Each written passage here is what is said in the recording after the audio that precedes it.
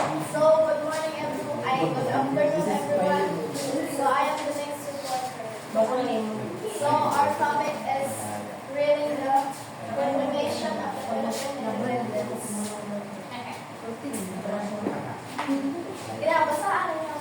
Every year, the country celebrates the anniversary of the independence in June 12, 1898 in the province of Cavite. And such event is a significant turning point in the history of the country because the end of 30th So every year, di ba, nag-celebrate yung Philippine independence? Yes. And it commemorates the anniversary of the Philippine independence sa ating kalayaan. That was day on June 12, 1898 in the province of Cavite.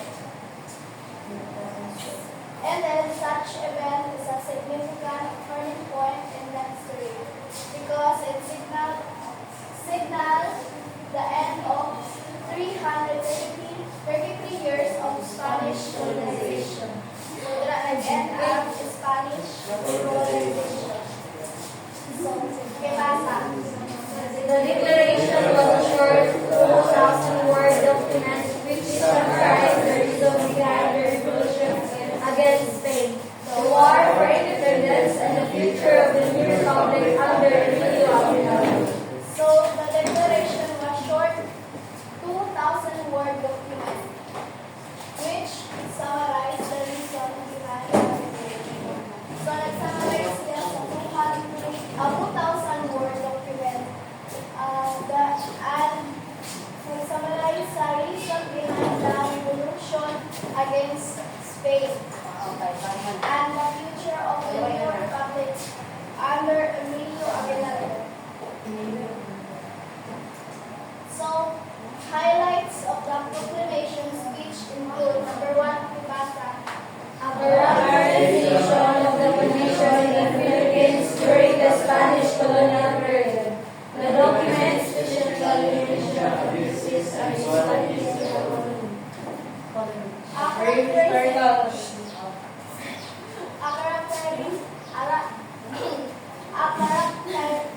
Characterization of the operations in the Philippines during the Spanish colonial period. Tapos, the document especially mentioned abuse sa mga Spain o inequalities. Number 2, pakipasa. Spanish occupation in Magellan's arrival in Visayas after the Philippine Revolution with specific details about the latter, especially after the Pact of Biak na Bato had collapsed. Biak na? Biak na Bato. So, a historical brief overview of the Spanish occupation since the Magellan's arrival in Visayas until the Philippine Revolution with specific details about the latter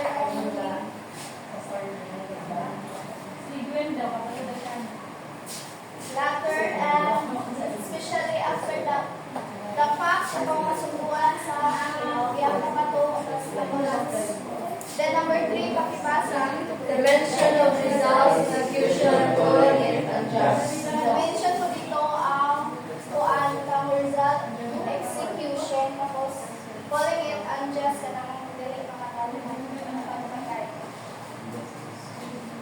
Then number 4, the Cavite Mutiny of January 1862 that caused the execution of the ordinary leaders for whose innocent blood was shed through the activities of those old religious warriors that cited the three secular heresies and views. The Cavite Mutiny of January 1862 that caused the infamous nakahiya na pagpatay sa mga martir na Juan katong si Jose Burgos, Mariano Gomez, at Jacinto Zamora. Then, whose innocent blood was shed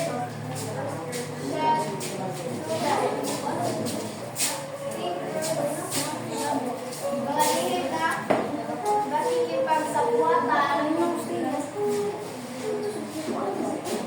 and also religious order that cite the three circular prisons in the same. Then number 5, Pasa. The established republic was during a third The established republic was built under the dictatorship under Emilio Aguinaldo. Then number 6, explanation of the Philippine flag that was first waved the same day. F. Explain the Philippine flag that was first waved in the same day at the same day sa pag-proclaim Pag-proclaim sa independence mo kay pag-wave sa June 12, 1898.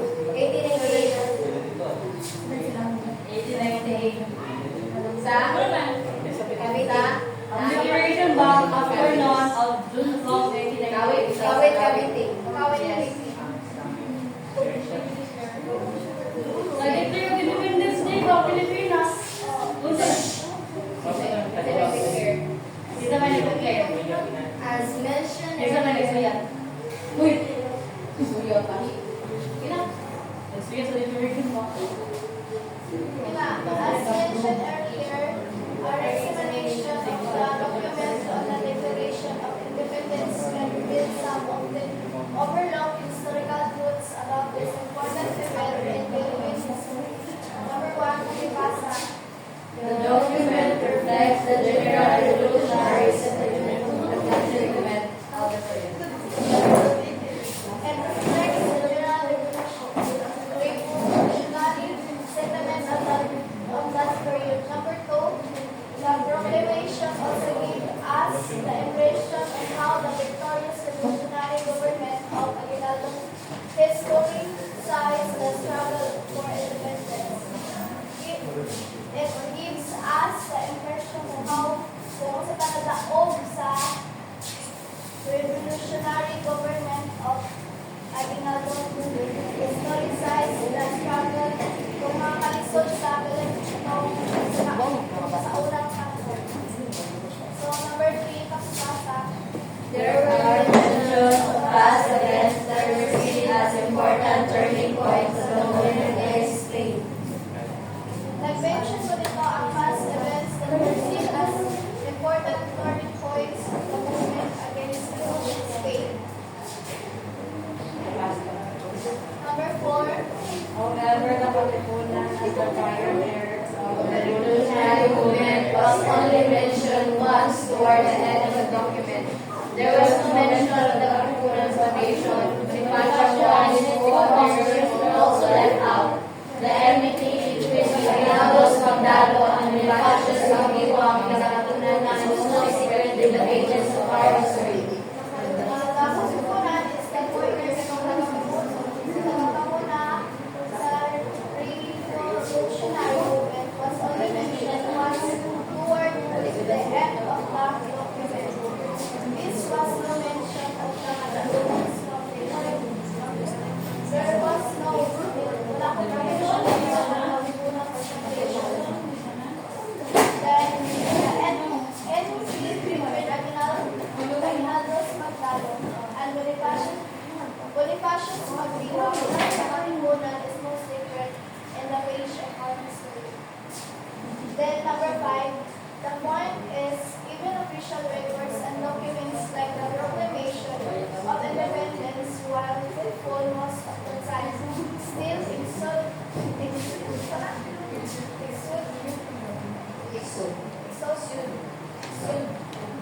exude the politics and biases of whoever is in the power. Something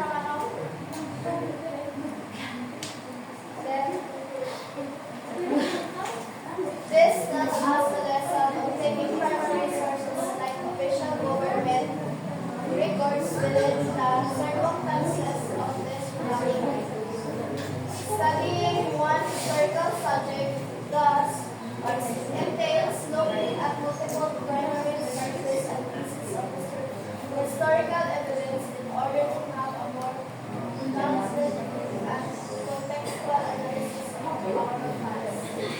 Thank you. So, by group, na may quiz, by group. Pinapagiging ako. Tapos, yes, 1, 4,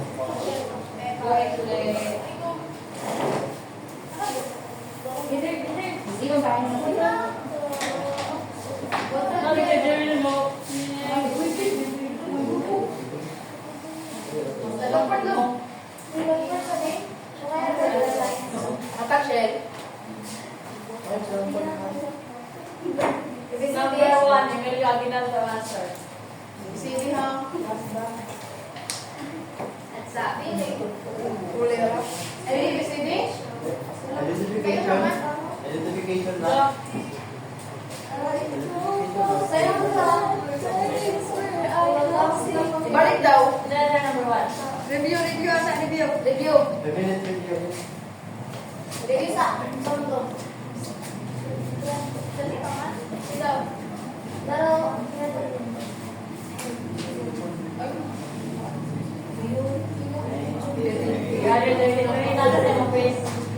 Bukit sa dala. Alam ka. Abdag legs. Ano, mga tagot for 10 minutes. Sa taboy. Sa taboy. Next page. Wait, wait. Basta, parang magtila. Kailangan sa naman. Masama na yung Ito, isente. Ay, basa. Nandiri ako sa'yo. Vinegar.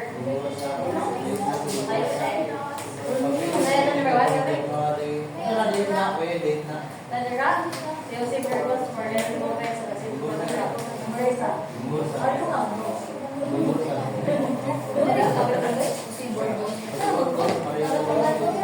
Kinari din na mga full payment. Full payment sa din. Kalera. Masama na mo? Di na compliment. Kina, ready na mo? Pila na ba? Ay, kina.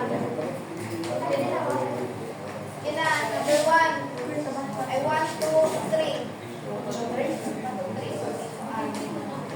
Okay, first Sige na. Who are the three martyred hypocrites? Sige, ako na yung... Ang saan sa? Full name, no? Full name. At sa... Sabi na pa isa.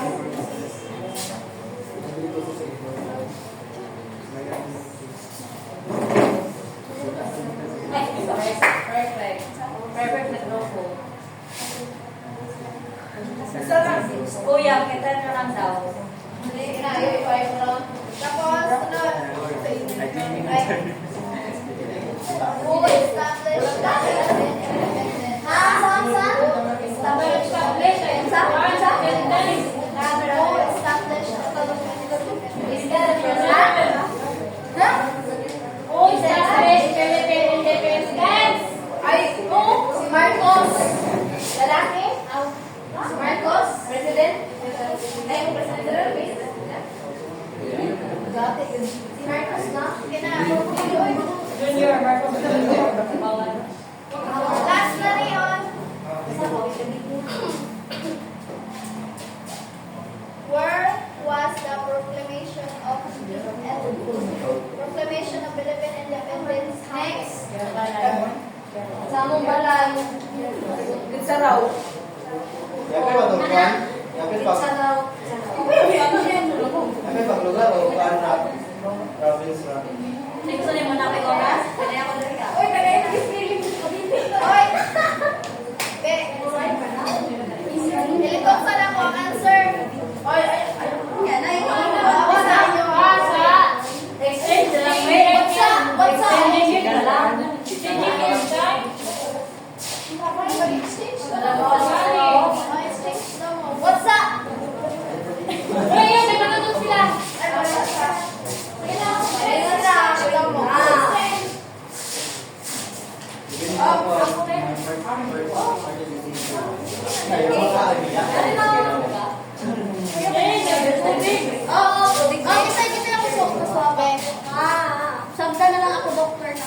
Sabay mo agi naman. Agi yan.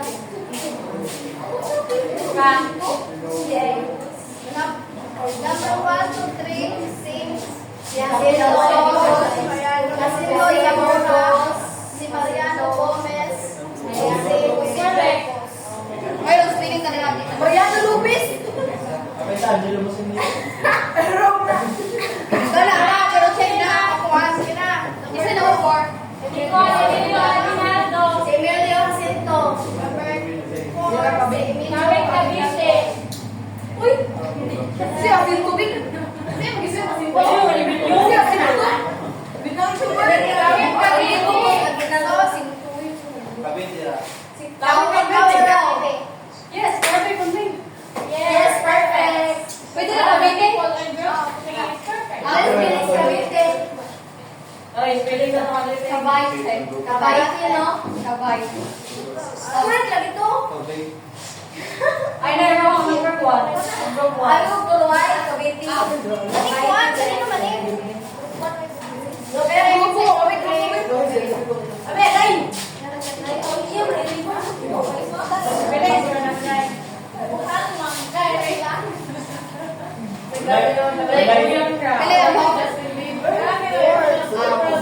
Bakit? Parang I want more. perfect.